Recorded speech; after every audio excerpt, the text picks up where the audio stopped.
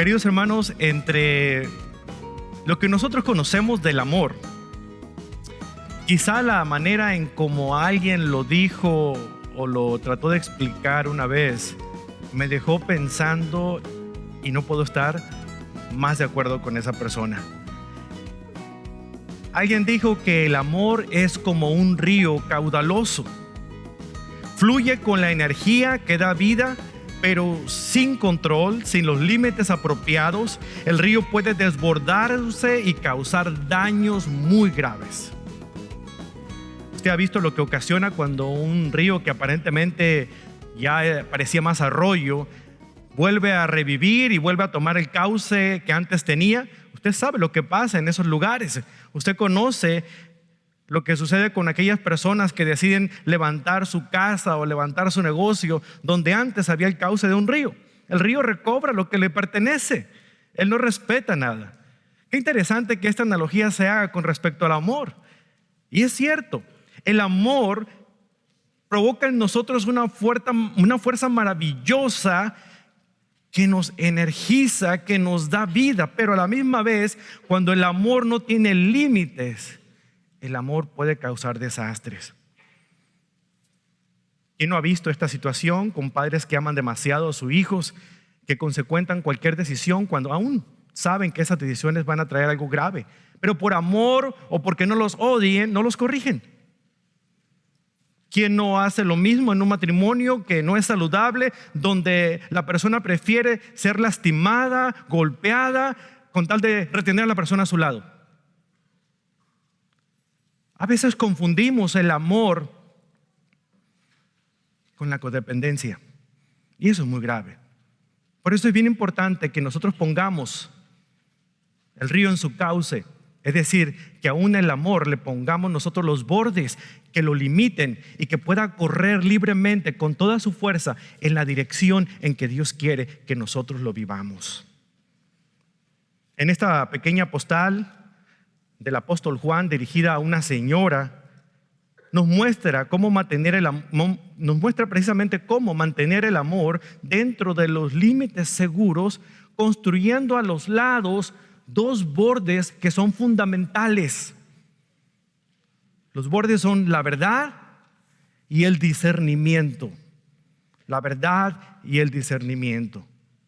El apóstol Juan escribe a esta señora cariñosa, cuya hospitalidad en realidad pudo haber causado mucho daño al evangelio de Jesucristo por su falta de discernimiento. Esta mujer había permitido que su amor saliera de los límites de la verdad acerca de Dios y de Cristo. Y cuando los bordes de la verdad se erosionan, cuando aquellos diques que sostienen, que contienen la verdad, se desmoronan, entonces corre rienda suelta y permite que muchas personas naveguen a la deriva en aguas muy peligrosas. Y en lugar de acarrearlos a la vida, ellos han pasado a una muerte. Vayamos con Juan en este viaje tan interesante, mientras él nos clarifica la conexión que debe haber entre estos dos temas importantes, para que nosotros mismos encontremos un camino seguro y el equilibrio adecuado en nuestras vidas con respecto al amor, a la verdad, a la obediencia y al discernimiento. Estoy hablando de la segunda carta de Juan, o segunda postal de Juan. Está después de primera de Juan y antes de tercera de Juan, para que no se pierda, ¿verdad? Está un poquito antes de la carta a Judas, y Judas está precisamente antes del último libro de la Biblia, que es Apocalipsis, el último libro de la Biblia, que es Apocalipsis. Entonces, segunda de Juan, me decía el otro día un jovencito: pastor, yo creo que entre Pedro y Juan corre más rápido. Me sacó de verdad de onda. ¿Pero por qué dices eso? Es que Pedro tiene primera y segunda, pero Juan tiene primera, segunda y tercera, y vámonos. Así que nunca se va a olvidar, ¿verdad? Juan corre más rápido. Vamos a la segunda carta de Juan, o segunda postal de Juan, y esta va dirigida a una señora y a sus hijos. Segunda de Juan tiene tan solo 13 versículos. Es una breve carta que bien pudo haberse colocado en una hoja de papel o en uno de los papiros de tamaño convencional de más o menos unos 30 o 20 centímetros, un poquito más grande que un tamaño carta. Ahí pudo haber cabido muy bien toda la carta de 2 de Juan, incluso la carta de 3 de Juan también pudo haber cabido en una pieza de papel tan pequeña. Pero aunque sea breve, es una carta llena de verdades muy importantes para nosotros poder conocer. El comienzo de esta carta es un poquito misterioso. En esta carta, por ejemplo, aprendemos que alguien que la dirige esta carta, aunque nosotros ya sabemos que es Juan, porque podemos comparar un poquito con la primera y la tercera carta de Juan y podemos deducir que eso, por ahorita les voy a dar la seguridad. Él se presenta a sí mismo como el anciano. Bueno, vamos a averiguar quién es este anciano, quién es esta señora y cuál es la situación. Esta va a ser la primera parte de nuestra enseñanza. Estas preguntas que introducen esta carta de Juan. El comienzo de la carta nos dice específicamente quién es el autor. Dice el anciano. La palabra original que usa el escritor es presbíteros. Esa es la palabra griega y se traduce como anciano o viejo, viejito. Pero no en el sentido eclesiástico como a veces tratamos nosotros de señalarlo. Específicamente en aquel tiempo no se refería tanto a la posición en la iglesia, sino en cuanto al sentido natural de la edad.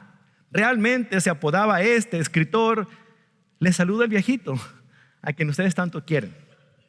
Así como usted le dice a su esposo, oye viejo, ver de cariño, oye vieja, traté de hacerlo con mi esposa, pero como que no le agradó mucho la idea, ¿verdad? Le traté de explicar que es normal, y ahí va, más o menos aprendiendo. Ya me empieza a decir viejito, pero ella se lo dice en serio. Bueno, no se puede ganar todas, ¿verdad?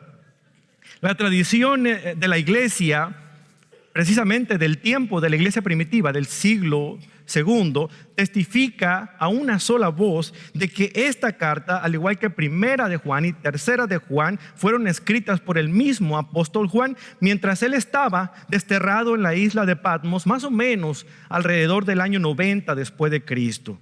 Al escribir a estos hermanos que tenía él necesidad de ayudar a corregir algunas de las situaciones que estaban ocurriendo, simplemente escribía la nota y les decía, el viejo los saluda. Ellos sabían a quién se referían. Nadie más con ese tono familiar podía escribir de la manera que lo hacía el apóstol Juan. Para entonces ya era un hombre mayor, uno de los últimos, si no es que el último de los apóstoles, de aquellos que caminaron con Jesús y con sus discípulos. Era un hombre que tenía autoridad como obispo de la iglesia de Éfeso y de todos los alrededores. Y cuando vio que la iglesia estaba amenazada por muchas herejías que habían llegado, escribió una carta para corregir de manera amable y cariñosa a su iglesia, a su pueblo. Puede ser que 2 de Juan haya formado parte de un conjunto de otras cartas dirigidas a estas iglesias sin necesidad de especificar a quiénes. O tal vez Juan quería protegerse a sí mismo y a sus lectores de la persecución y por eso ponía un seudónimo o una especie de un nombre diferente para que no se supiera cuál era el contenido. Sea cual sea, la gente que recibió esta carta sabía muy bien quién la escribía y era de su amado y querido pastor anciano llamado Juan. ¿Quién es esta señora elegida? Bueno, aquí Juan dirige estas breves palabras a la señora elegida y a sus hijos. Algunas personas argumentan de que a lo mejor el nombre de la señora era la electa, por el nombre que se escribe en griego, pero son muchas las conjeturas que se hacen. Lo cierto es que podemos deducir dos cosas de esto. Y hay dos escuelas de pensamiento que una defiende una, la otra. Las dos nos llevan al mismo resultado.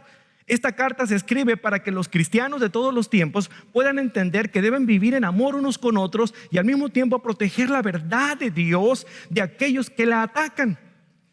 Así es que si está dirigida a una señora en el sentido literal y a su familia, aquellos que están unidos por lazos consanguíneos, aplica perfectamente. O si va dirigida a la iglesia donde esta señora era parte, y dicho sea de paso, también se reunía en su propia casa, era costumbre en aquellos tiempos reunirse en las casas, las iglesias, también aplica muy bien. Entonces, cualquiera que sea la interpretación, podemos ver que hay argumentos para ambos lados. Si usted empieza a leer lo que es 2 de Juan, hasta el versículo número 5 habla en un Pronombre singular, se dirige a una persona en particular. Pero del 6 al 12 está hablando en plural, como dirigiéndose a una congregación. No creo que se dijera a los hijos, porque entonces tuviera que tener muchos, y no creo que este fuera el caso. Pero así es que el punto al que quiero llegar es que cualquiera que sea nuestra interpretación del destinatario, si es a una señora y a su familia cristiana, o su familia de sangre, o a la iglesia, no importa, porque la verdad, el propósito de esta carta y la aplicación es la misma. Sigamos leyendo. ¿Cuál era la situación que encontramos aquí? Bien, en los primeros días, la iglesia no tenía la Biblia como usted y yo la tenemos, ya completa, terminada, de principio a fin, con índice y hasta los mapas. Ellos no tenían este tipo de Biblia. Ellos tenían fragmentos del Antiguo Testamento, muchos de ellos, y unas cuantas cartas que circulaban por ahí, escritas por algunos de los discípulos del Señor y otros apóstoles. Ellos no la habían completado. Esto se logró un poquito más adelante, cuando la iglesia primitiva realizó el canon de la Escritura y juntó todos estos escritos, y empezaron ellos, obviamente movidos por el Espíritu Santo, a tomar la selección en base a lo que consideraban adecuado de algo que haya sido escrito por un profeta en el Antiguo Testamento, un apóstol en el Nuevo, o alguien cercano al Señor. Esa era la norma que ellos siguieron para poder completar los 66 libros que componen el canon de la Escritura. 66, ni uno más, ni uno menos. Eso es lo que la iglesia primitiva consideró su Biblia. Pero en este tiempo, cuando esta carta estaba siendo escrita, no se había terminado de escribir el Nuevo Testamento. Por lo tanto, la iglesia de ese tiempo, para poder seguir creciendo, dependía de profetas y maestros itinerantes para que les comunicaran la verdad divina que ellos necesitaban para edificar su fe. En aquel tiempo, en la iglesia primitiva, había 3 tipos de ministros o líderes de las iglesias. Primero existían los apóstoles, apóstoles con A mayúscula, porque hoy en día usted ha oído de otros apóstoles, ¿verdad? Esa es otra historia. Estoy refiriendo a aquellos que fueron testigos oculares, incluyendo el apóstol Pablo, de todo lo que dijo e hizo Jesús en el tiempo cuando Él estuvo aquí en la tierra. Fueron testigos de su resurrección. Eran líderes incuestionables que la iglesia tenía en ese tiempo, y su autoridad no estaba en tela de duda por nadie. Las iglesias de cualquier país o cualquier congregación respetaban a los apóstoles, consideraban que ellos, como su nombre lo dice, hablaban por Dios. El segundo grupo de líderes que tenía la iglesia del primer siglo eran los ancianos o presbíteros, apodados después del término, lo que eso significa.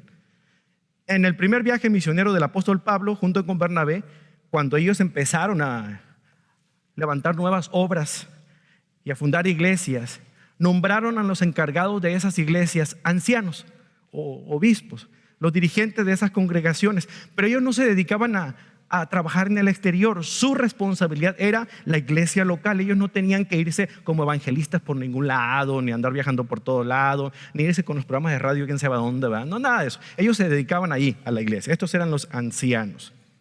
Por último, tenían a los profetas o maestros itinerantes. No estaban ellos adscritos, no eran miembros de ninguna congregación determinada, simplemente eran predicadores ambulantes o evangelistas. Iban a donde el Espíritu los movía, y daban en las iglesias el mensaje que el Espíritu de Dios les indicaba. Habían dejado su hogar, habían dejado la ocupación, o sea, su trabajo, la comodidad, habían dejado la seguridad de su vida sedentaria para ser mensajeros ambulantes de Dios. Ellos también ocupaban un lugar especial en la iglesia. Entonces, los apóstoles no representaban ningún problema. Todo el mundo reconocía su autoridad. Apóstoles con A mayúscula. Pero los profetas ambulantes sí que estaban causando muchos problemas en el primer siglo y en el siglo XXI. Bueno, algún pícaro astuto bien podía ganarse la vida muy cómodamente presentándose a sí mismo como un profeta de Dios y empezar a enseñar cosas que sonaran bíblicas para muchos de aquellos creyentes. Hasta los satíricos paganos se dieron cuenta de la existencia de este tipo de charlatanes. Escribían acerca de ellos. Por ejemplo, el autor griego Luciano, en su obra titulada Peregrinus, traza precisamente el retrato de cierto tipo que había descubierto la manera fácil de ganarse la vida sin trabajar. Era un charlatán y haragán. Era un maestro itinerante que vivía a cuerpo de rey, viajando y visitando las diversas comunidades de creyentes, deteniéndose donde le convenía y viviendo lujosamente a sus expensas. Estoy hablando del primer siglo. Hay un escrito llamado precisamente La Enseñanza. Se dice didache o didache, dependiendo de cómo lo pronuncie.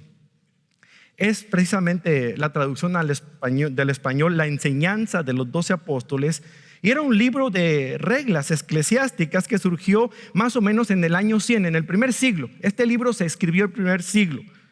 En él quedaba bien clara la posición única de los profetas itinerantes. Trataban de regular la acción de estas personas, pero vio claramente el peligro del abuso que algunos charlatanes establecieron. Empezaron a hacer estragos. Dice que hablando por Dios decían lo que ellos les daba la gana y lo que les convenía.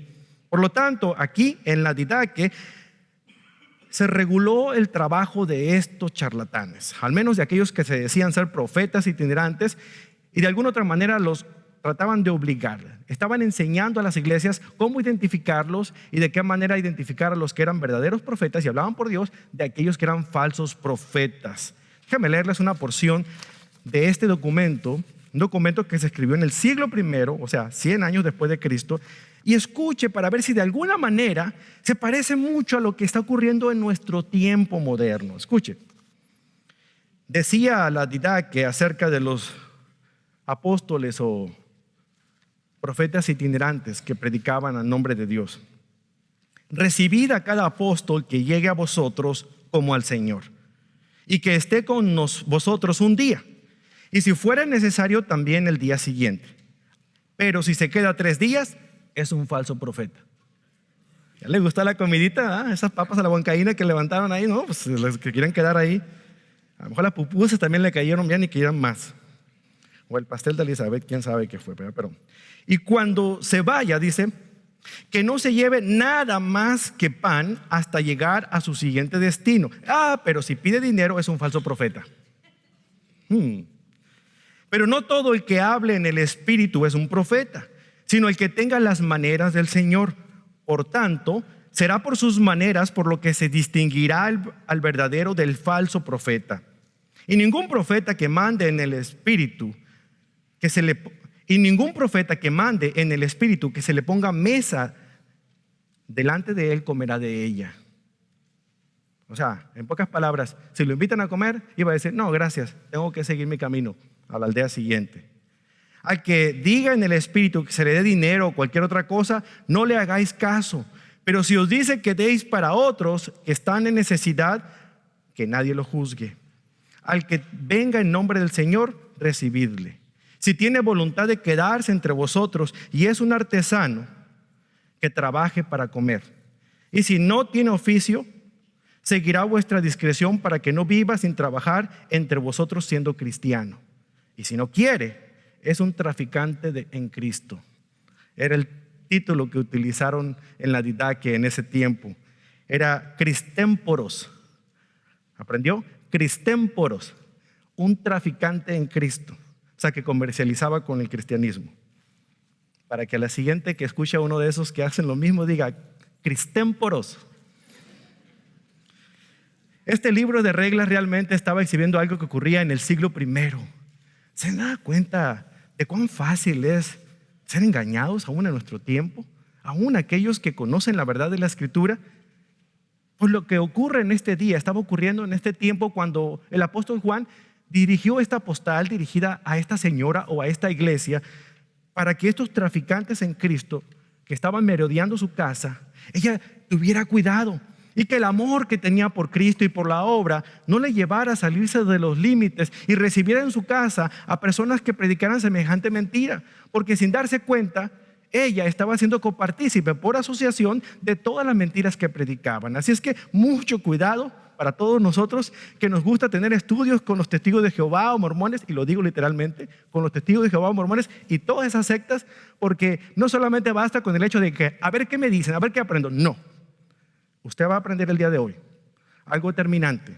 ¿Y qué es lo que usted debe hacer cuando estas personas bien intencionadas tocan a la puerta de su casa? Vamos a entrar entonces en la investigación de esta carta. La segunda carta de Juan deja bien en claro cuál debe ser nuestra posición con respecto a estos enemigos de la verdad. ¿Por qué fue muy enfático en mencionar los nombres de estas sectas? Por el daño tan grande que están causando. Porque niegan la deidad de Cristo, niegan que sea Él Dios.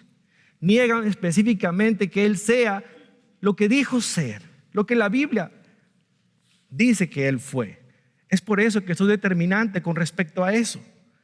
Y qué tristeza que en muchos de los casos hay personas que se molesten porque uno puede hablar de esta manera, pero necesitamos nosotros dar a conocer esto para prevenir que muchos sean engañados. La iglesia de Cristo puede ser engañada. Usted, aunque tenga años en el evangelio, puede ser engañado. Porque algo se ha sacado de la Biblia no significa que sea verdad. Al menos un texto fuera de contexto no significa que autentifique una verdad de la Escritura. La Biblia no se contradice, al contrario, se complementa un pasaje con el otro. Así es que debemos nosotros ser cuidadosos de quién escuchamos, a quién leemos o qué programa de radio o televisión estamos nosotros siguiendo. Mientras que Primera de Juan se centra en la comunión del cristiano con Cristo, la segunda carta de Juan se centra en proteger nuestra comunión con aquellos que enseñan el error. O sea, aún la comunión entre cristianos estaba siendo adulterada, estaba siendo ultrajada por estas personas que empezaban a decir cosas bárbaras.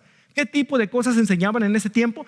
Simple y sencillamente ellos no decían que Cristo no era quien dijo que Él era, simplemente negaban que Él hubiera sido encarnado. Muchos de estos eran parte del gnosticismo de ese tiempo. Creían en Cristo, pero Él era un espíritu. Para nada creían que Él se hubiera encarnado y milagrosamente haber nacido como ser humano de carne y hueso. Ellos negaban la humanidad de Cristo. Y muchos de estos cristianos lo estaban creyendo. Y muchos otros propagaban esas enseñanzas. Por eso esta carta de Juan está dividida en 4 partes o 4 secciones principales. Y a usted se le proveyó una tabla para que siga más o menos cómo está dividida esta carta. La primera parte, los versículos 1 al 4 más o menos, 1 al 3, está hablando de la introducción, o sea, los saludos, el estímulo del apóstol Juan a esta iglesia o a esta señora. Y luego viene más o menos lo que es la exhortación. Les anima que anden en la verdad y el amor. En tercer lugar, les da una exhortación a que ellos vivan firmes y que se cuiden en contra del error. Y finalmente concluye de una manera muy personal diciéndoles algo muy especial. Veamos entonces la primera parte, la introducción. No queriendo lastimar el apóstol Juan a esta señora, envuelve sus palabras como si fueran en terciopelo. Sin duda, su amable manera de introducir esta carta, de presentar esta carta, dibujó una sonrisa en el rostro de esta señora. Dice: yo, Juan, el anciano, les escribo esta carta a la señora elegida y a sus hijos, a quienes amo en la verdad. Y no solo yo, sino también todos los que conocen la verdad. Porque la verdad vive en nosotros y estará con nosotros para siempre. Ya sea que se tratara de una familia unida por lazos de sangre o la iglesia unidos por la fe en Cristo, lo cierto es que este grupo era conocido por los otros círculos cristianos. El amor de Juan, así como el de otros creyentes, se basaba y se afirmaba en la verdad. ¿Cuál verdad? De Cristo. Cristo revelaba la verdad de Dios. Él era el Hijo de Dios. Él es el Hijo de Dios. Él es quien dijo ser. El amor cristiano bajo ninguna circunstancia debe ser puro sentimentalismo, emocionalismo o conveniencia. El amor de los creyentes se fundamenta en la verdad de las Escrituras. Debemos tener cuidado con aquellos a quienes escuchamos porque nos pueden hablar muy bonito, darnos una sonrisa y hacernos sentir muy bien. Es todo lo que nos van a dar, pero no nos van a predicar la verdad.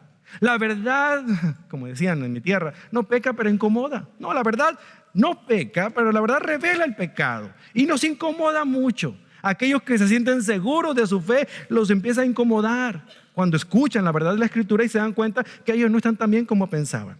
Usted se pone a comparar el tamaño de nuestra congregación con el tamaño de otras iglesias que llenan estadios. Es simple y sencillamente la gran diferencia de predicar lo que la gente quiere oír o predicar lo que la gente necesita escuchar aunque no quiera oír.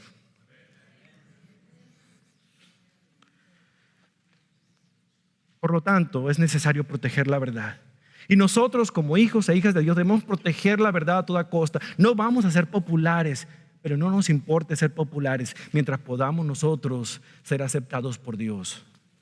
Nota lo que dice el versículo 3. ¿De qué manera tan inseparable Juan conecta la verdad con el amor? Dos principios eternos y bien equilibrados: verdad y el amor. Fíjese, dice: la gracia, la misericordia y la paz que provienen de Dios Padre y de Jesucristo, el Hijo del Padre, permanecerán con nosotros los que vivimos en la verdad y el amor. Uno de los pocos lugares donde se menciona a Jesucristo como el Hijo del Padre. Siempre se le menciona como el Hijo de Dios o el Hijo del Hombre, ¿verdad? Voy a explicar después acerca de esto. Esta señora entiende la importancia de estos dos principios porque tal como Juan la está elogiando o animando por lo que ha hecho con sus hijos, ella había creado a su familia en estos principios. Vea lo que dice el versículo 4, de qué manera Juan le da estas palabras de estímulo. Qué contento me puse al encontrarme con algunos de tus hijos y ver que viven de acuerdo con la verdad, tal como el Padre lo ordenó. Lo que me ayuda a entender este pasaje también es que algunos de los hijos caminaban en la verdad de Dios, pero algunos no. Por eso es que podemos pensar que también esto se extiende a la iglesia. Algunos de verdad son cristianos, pero otros no. Mira a su alrededor. Usted está viendo a muchas personas que son cristianas, pero también está viendo a otros que no lo son. Y estamos juntitos aquí aprendiendo de la misma Biblia, pero nuestra mente está en dos lugares muy distintos. Para algunos, el Espíritu de Dios está dando palabras de vida y de cambio. Para otros, el Espíritu es lo mismo que escuchan a su esposa que le dice todos los días. Como esa esposa que está, así lo van a escuchar. No van a hacer nada, van a salir de aquí como entraron, igualitos. Pero nuestro trabajo no es separar las ovejas de las cabras. Ese es el trabajo de Dios. En el día postrero el Señor separará a aquellos que son fieles y que son sus hijos de los que no lo son. Mientras tanto, aguantémonos y prediquemos la verdad. Note que Juan aquí establece una gran diferencia. Algunos están andando en la verdad, otros no. El tono de la carta encarna la enseñanza misma de que él está tratando de transmitir. Aquí él saluda cariñosamente, pero prepara el terreno porque ahí viene la exhortación. Ahí viene el regaño amable. Versículo número 5. Les escribo para recordarles, queridos amigos, que nos amemos unos a otros. Este mandamiento no es nuevo. ¿Se da cuenta? Por eso se llama la señora elegida. Ellos desde el principio han sido elegidos para ser hijos e hijas de Dios como iglesia o esta familia siendo cristiana. Ya sabían esta verdad. El amor debe imperar todo en nuestra vida. Nuestras relaciones deben estar fundamentadas en el amor, no en el interés. Ellos lo debían saber. Este mandamiento no es nuevo, dice, sino que lo hemos tenido desde el principio. El amor consiste en hacer lo que Dios nos ha ordenado. Si cumples los mandamientos, entonces tú amas a Dios. Si desobedeces los mandamientos, entonces tú no amas a Dios. Dice, y Él nos ha ordenado que nos amemos unos a otros, tal como ustedes lo oyeron desde el principio. Así es que si entre ustedes, hermanos, tienen rencillas, entre ustedes no se toleran unos con otros, o están tratando de esquivarse, te termina el servicio, salen por una puerta para no encontrarse con fulano, mangano de tal, usted está en peligro. Está en peligro o de dejar que su corazón controle su pensamiento y su mente, a permitir que sea el Espíritu de Dios el que debe controlar específicamente cómo usted debe operar.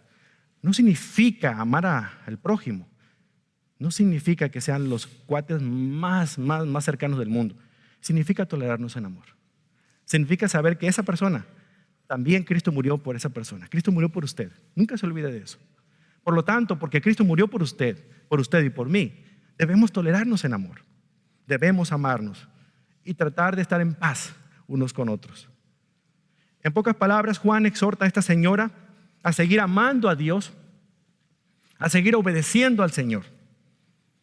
Y los creyentes debían continuar resistiendo toda invasión por parte de los falsos maestros.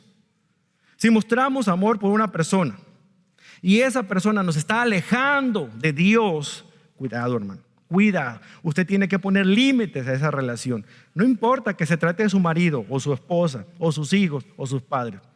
Si esa relación que usted está sosteniendo en este momento, y hablo a ustedes jovencitos, a ustedes que están saliendo de novios con personas que no son cristianas, mucho cuidado. Usted no convierte a nadie, usted no es mago, ni brujo, ni bruja. Es Dios el que convierte el corazón del ser humano. Pero si usted está por ahí, usted está andando en yugo desigual. Ahora, es verdad, muchos de nosotros quizás anduvimos en yugo desigual y el Señor por alguna situación, no es su preferencia, pero por alguna situación tuvo misericordia y de alguna manera la verdad llegó a nuestras vidas y tocó nuestros corazones, pero no es la regla. Hay pastores que no hay cristianos en la iglesia, no hay hombres cristianos en la iglesia jóvenes. Búsquelos. O mejor dicho, espérese que el Señor se lo traiga. Tengo pruebas fehacientes de que así sucede. Dice en Romanos capítulo 13 el apóstol Pablo una gran verdad con respecto a esto. Porque el amor debe consistir en hacer lo que Dios manda. Fíjense lo que dice Pablo en Romanos 13:8. No deban a nadie nada, excepto el deber de amarse unos con otros. Si aman a su prójimo, cumplen con las exigencias de la ley de Dios. Pues los mandamientos dicen: no cometas adulterio, no mates, no robes, no codicies. Estos y otros mandamientos semejantes se resumen en uno solo: ama a tu prójimo como a ti mismo. El amor no hace mal a otros, por eso el amor cumple con las exigencias de la ley de Dios. En otras palabras, hermanos, el verdadero amor nunca compromete sus normas, nunca consiente el pecado y nunca abraza el mal. Si esa persona con la que usted está teniendo estudio, si esa persona con la que está saliendo le está incitando a hacer cosas que van en contra del Señor, ese no es amor cristiano, ese es puro deseo. Y ahí va a llegar. El verdadero amor nos acerca a Cristo, porque Él es amor, Dios es amor. Ahora les da instrucción, después de exhortarles en amor y contundencia, ahora les instruye, les enseña a que deben de estar firmes en contra del error y pararse firmes por la verdad. Alguien dijo esto: el amor es la bisagra sobre la cual la hospitalidad gira para abrir sus puertas. Pero así como una puerta tiene bisagras, también tiene una llave, un picaporte y un candado.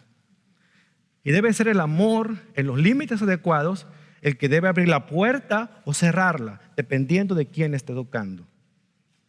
En la época de Juan, como en la de nuestros días, había muchos falsos maestros que iban de lugar en lugar, engañando y enseñando cosas erróneas, aprovechándose de la falta de discernimiento de la gente. ¿Y saben por qué había falta de discernimiento? Porque había falta de conocimiento. El pueblo perece por falta de entendimiento. Si no sabemos la verdad, cualquiera que venga con una Biblia debajo del brazo, sin saber qué tipo de versión le traiga, no tenemos seguridad. No cualquiera que se ponga en este púlpito va a traer para ustedes verdad. Usted, mi hermano, mi hermana, tiene que abrir la escritura como aquellos cristianos de Berea, cuando Pablo y Silas llegaron, para asegurarse de lo que está diciendo el orador coincide con lo que dice la palabra del Señor. Hay dos términos que usted debe prepararse siempre para tener en mente: exégesis e eisegesis. Exégesis significa lo que el texto me dice a mí, lo que la Biblia me está diciendo a mí. Estoy sacando de la Biblia la verdad. Eisegesis es lo que yo le meto a la Biblia que diga. Y es muy común hoy en día. Muchos predicadores salpican todo lo que dicen con algunos pasajes que hay para que suene bíblico, pero no es lo que la Biblia dice. Si alguien pasa tiempo por un lado al otro de la Biblia nomás para demostrarle que aquellos que murmuran se van a ir al infierno, están sacando el texto fuera de contexto. Es verdad, algunos que murmuraron, murieron.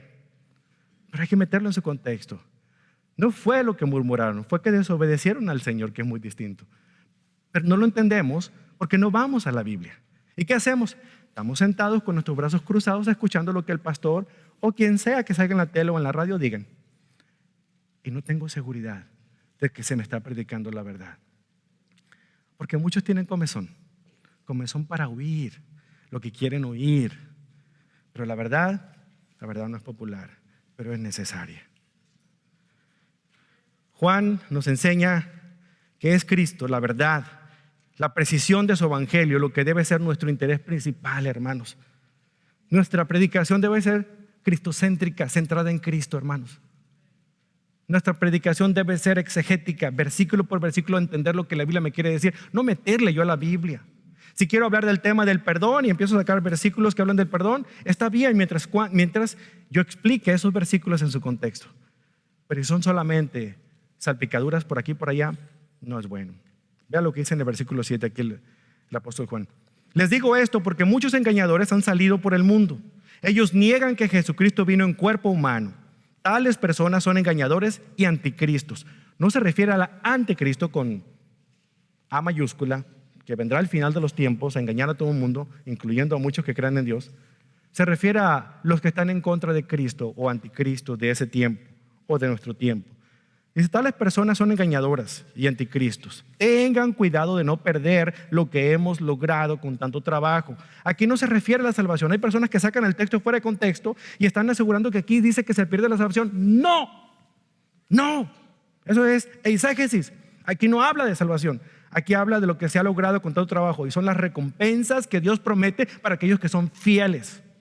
De eso está hablando este pasaje. Sean diligentes para que reciban una recompensa. ¿Ve lo que le digo? Una recompensa completa. Todo el que se desvía de esta enseñanza no tiene ninguna relación con Dios, pero el que permanece en la enseñanza de Cristo tiene una relación tanto con el Padre como con el Hijo. Si ustedes obedecen mis mandamientos, entonces me amas. El que permanece en mí, yo permaneceré en él. Si tú no permaneces en mí, yo no permaneceré en ti. Así es que no importa si tú no estás en Dios, si tú no estás en comunión con Él, si tú no eres creyente, no importa que te avientes las letanías que quieras, las oraciones que quieras. Dios no tiene interés en ti, a menos que tú te voltees y con sinceridad vengas y le pidas perdón y le pidas que entre a tu vida, declarando a Jesús como tu Salvador. Entonces el Señor acerca su silla, se pone delante de ti y dice, ahora sí, hijo. Ahora sí, hija, ¿qué quieres decirme? Soy todo oídos. Mientras eso no suceda, palabras, bla, bla, bla, bla, es lo único que usted va a estar haciendo en sus oraciones. Algunos falsos maestros iban más allá de la enseñanza de Cristo, añadiendo ideas de su propia cosecha, tergiversando las palabras de Dios, y como resultado no tenían parte de Dios, ni Dios tenía parte con ellos. Debido al surgimiento de estos engañadores, los lectores del primer siglo necesitaban estar vigilantes en cuanto a los desastrosos efectos espirituales que conllevan hacer cualquier compromiso con sus ideas. No comprometamos la verdad, defendámosla a capa y espada, pero para poder defenderla tiene que conocerla. ¿Cómo va a defender algo que usted no conoce? Por lo tanto, necesitamos estudiar la palabra. Nuestra iglesia está ofreciendo estudios categóricos. Hay personas que dicen, no, yo ya sé todo eso. No sabe lo suficiente, porque si lo supiera ya estuviera enseñándolo. Punto de partida, próximos pasos, la escuela de la Biblia, la tenemos ahí con un propósito que profundice en el conocimiento de la palabra del Señor. Pero es más cómodo quedarnos en casa. A que lleguen el domingo a tocarnos la puerta, porque estamos incautos, porque sabe que el domingo es cuando más activos están los testigos de Jehová. Porque aquellos cristianitos que se quedaron en casa saben que no andan muy bien, que digamos. Si no, no estuvieran en casa, a menos que estén enfermos. Juan era realista de la posibilidad de que un verdadero cristiano cayera preso de la herejía y les advierte en contra de ella. Por eso advierte a esta señora y a su familia y les dice que debe ser muy cuidadosa de a quien le ofrece hospitalidad. No reciba a todo el mundo. Y a veces, a ver, pastor, a ver, usted nos habla acerca de la gracia y que debemos nosotros recibir a todo el mundo. Bueno,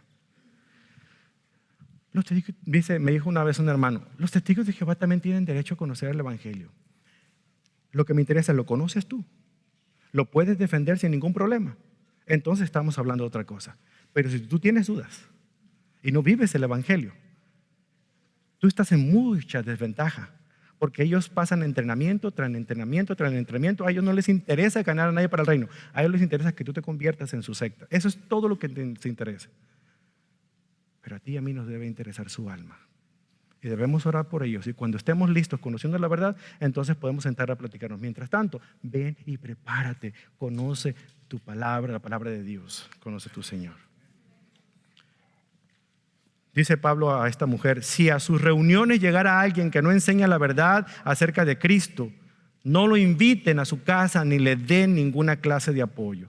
Cualquiera que apoya a ese tipo de gente se hace cómplice de sus malas acciones.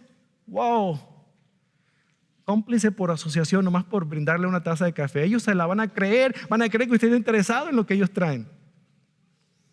En otras palabras, Juan le dice al Señor: cuídate de Satanás, no recibas en tu casa a estos ministros del diablo, ni compartas de sus malos caminos.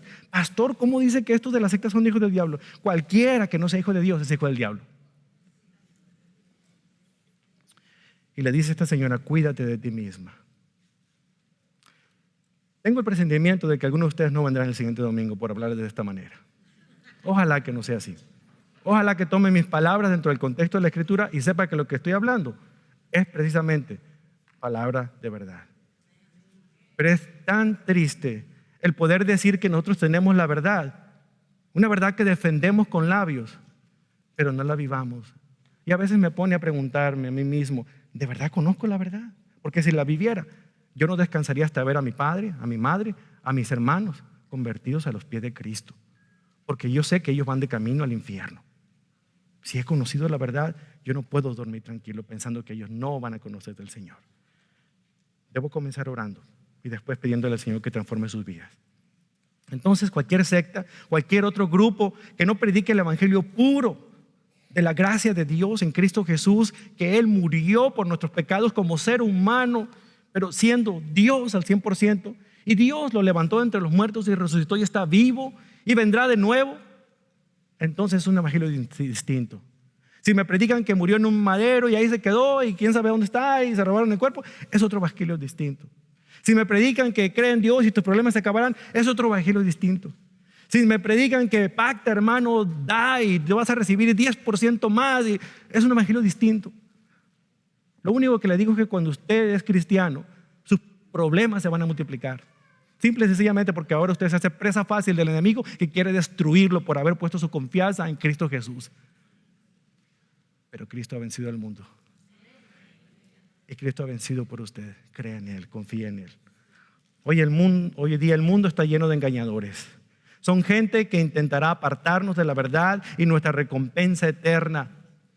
Y solamente aquellos que pongan su confianza en Cristo Jesús pueden tener la seguridad no solamente de su salvación, sino también de tener la verdad en sus manos, porque Cristo es la verdad. No dudo que algunos de ustedes ya tengan ahí en su biblioteca personal esos libros que les hace sentir bien. Síganse sintiendo bien. Yo estoy aquí para que usted se sienta mal y que busque la verdad de la Escritura. Si escribo un libro, de esa manera lo voy a escribir. Nuestro deber es mantenernos alejados de los falsos maestros y no propagar sus enseñanzas. Por lo tanto, tengamos cuidado. Miren, esto lo aprendí precisamente de alguien. Usted no sabe mi historia. Usted no sabe que la primera persona que me habló a mí de la Biblia fue precisamente un testigo de Jehová. Usted no sabe que yo me senté a tomar estudio con uno de ellos. Usted no sabe que yo fui compañero de esa persona en la universidad. Si estoy diciéndole de todo esto, no solamente es porque conocí de alguna manera un poquito por dentro de lo que es un testigo de Jehová, pero he estudiado mucho acerca de su doctrina, como para poder decirles a ustedes que no es una doctrina cristiana. Los han engañado. Sin embargo, déjenme decirles una cosa. Yo los admiro porque están haciendo lo que miserablemente yo no soy capaz de hacer. Trabajar arduamente para proclamar la verdad de Cristo en un tiempo en el que se necesita que Cristo sea la respuesta de cada corazón en este país y en todo el mundo. Ellos trabajan en el error, ellos trabajan por el error, sin embargo, han logrado conquistar mucho más que lo que todos ustedes y yo juntos hemos logrado hacer. Simple y sencillamente porque han creído en su verdad. ¿Cree usted la verdad? Entonces, estudie, hermano. Busque del Señor, prepárese, acérquese al Señor. Juan concluye diciéndole esto a esta mujer después de darle una sobadita y darle un pellizcón por otro lado y otra sobadita. Le dice al final: tengo mucho más que decirles, pero no quiero hacerlo con papel y tinta, pues espero visitarlos pronto y hablarles cara a cara. Entonces nuestra alegría será completa. Juan les dice: reciban saludos de los hijos de tu hermana, la elegida por Dios. Aquí donde pensamos que esta carta realmente era una iglesia, porque había otra hermana, otra iglesia elegida, con miembros que también creían la verdad que ellos estaban recibiendo. Juan deseaba visitar personalmente a esta señora, a esta iglesia, y decirles Gracias por hacer caso a lo que les digo. Quiero asegurarme que están caminando con Dios, que están conociendo la verdad. No se desvíen de ella. Nuestra sociedad quiere hacernos pensar que si en realidad amamos a alguien, debemos aceptar a las personas independientemente de lo que esa persona crea o haga. A esto la sociedad le llama tolerancia. Nos acusan a los cristianos de intolerantes, pero nosotros no somos intolerantes porque toleramos tantas barbaridades. Sin embargo, ¿qué clase de amor permite que alguien crea una mentira y a la larga le vaya a destruir? ¿Qué clase de amor puede usted tener por su prójimo, por su hermano, por su primo, por su padre, por su esposa, por su esposo, si no es cristiano? ¿Qué clase de amor tiene por él cuando él o ella crea una mentira y usted no es capaz de decirle la verdad? Con amor, ahí está la clave. Pero es difícil que usted dé lo que no tiene, por eso necesita recibirlo. Primeramente, debemos nosotros hacer caso a lo que Pablo nos deja como principio, a lo que Juan nos deja como principios aquí. El amor siempre debe coexistir con la verdad. El amor debe coexistir con la verdad. El tener un genuino amor e interés por alguien es realmente decirle la verdad, no de una manera denigrante, sino con gentileza. El comentarista John Stott lo dice: nuestro amor no debe ser tan ciego como para ignorar los puntos de vista y conductas del otro. La verdad debe hacer que nuestro amor sea discriminatorio. Por otro lado, nunca debemos defender la verdad con un espíritu cruel o amargado. Así que la comunión cristiana debe caracterizarse igualmente por el amor y la verdad. Debemos evitar la tendencia peligrosa del extremismo que nos lleva a buscar a una cosa a costa del otro. Nuestro amor debe ser blando, si no debe estar fortalecido. Nuestro amor es blando si no está fortalecido por la verdad. Y nuestra verdad se endurece si no es ablandada por el amor. Me encanta esta frase. Necesitamos vivir de acuerdo a lo que la Biblia dice, lo que nos ordena. A la vez, tanto amarnos unos a otros en verdad y sostenernos en la verdad y en amor. Finalmente, discernimiento, hermanos. Discernamos. Tener discernimiento es uno de los dones que debemos procurar. Pero aquí todos quisieran el don de hablar en lenguas a su sanidad. Yo quisiera que al menos en este día pidiera al Señor el don del discernimiento, de poder discernir la verdad del error. Hermanos, en el versículo 3 dice Juan: la gracia, la misericordia y la paz que provienen de Dios Padre y de Jesucristo, el Hijo del Padre, permanecerán con nosotros los que vivimos en la verdad y el amor. El hecho de que estas bendiciones provengan de Dios Padre y de Jesucristo, el Hijo del Padre, confirman que Cristo es Dios.